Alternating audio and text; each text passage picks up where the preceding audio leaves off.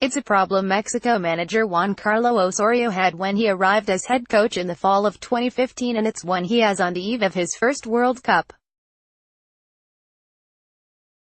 It's not rotations or injuries or style of play.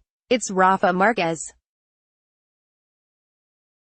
Save a brief resurgence in 2016, the legend hasn't been the ideal player for El Tri to have on the field, whether it's at center-back, defensive midfielder or elsewhere.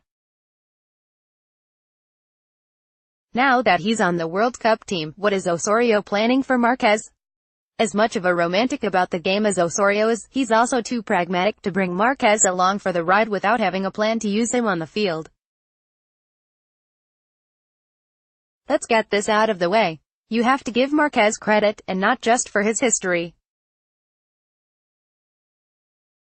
His past is decorated with honors for club and country, and despite a massive speed bump on the road to a fifth World Cup, he's made it. He's in Moscow, wearing team gear unsullied by advertisers and playing in El Tri's friendly matches before the tournament. Playing in a fifth tournament will be a remarkable achievement, and he's worked hard on his fitness in recent months to be able to achieve this goal.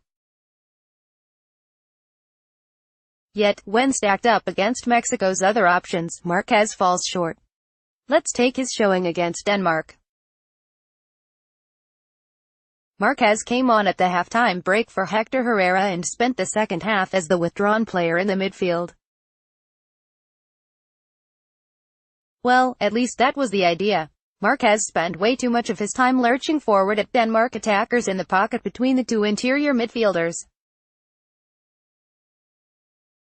Things started off well with that strategy.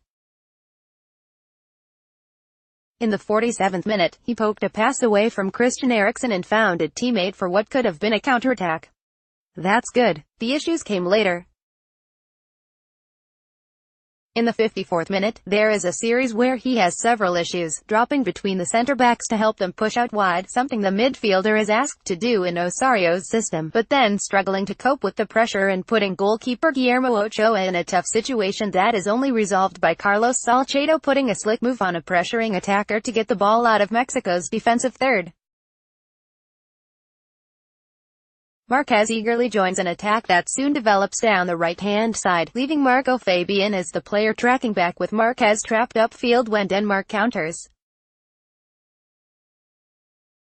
It's not that Marquez always needs to be the deepest midfielder, but he does need to show more positional discipline. This unwanted inversion, Fabian playing in front of the centre-backs with Marquez in no man's land, became too much of a pattern. Denmark's first blood comes in the 71st minute, and it was a stunning opener from Yusuf Poulsen. Run the play back just 30 seconds though and you'll see Marquez again biting and leaving his position in an attempt to, well, it's not really clear what he was trying to do.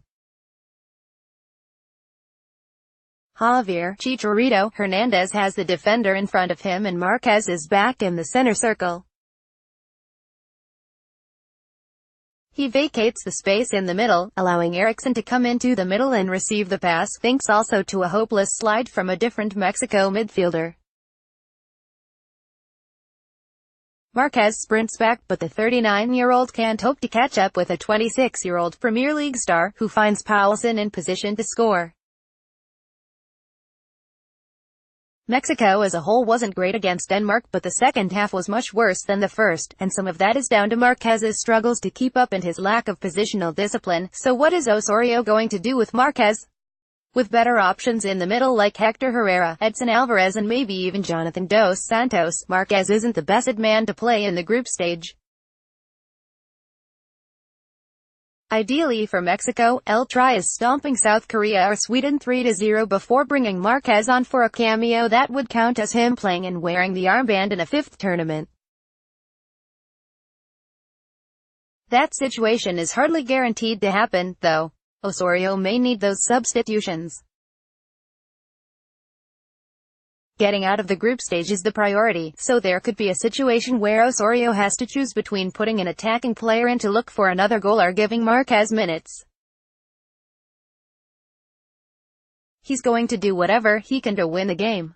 Maybe Osorio really sees Marquez as more than a leader. After all, there were rumors about the future Atlas director heading to the tournament in an advisory role. Instead, he has a roster spot. The manager must once again decide what to do with Marquez, a question that he's faced his entire tenure and one that may define how his time with Mexico is viewed for years to come.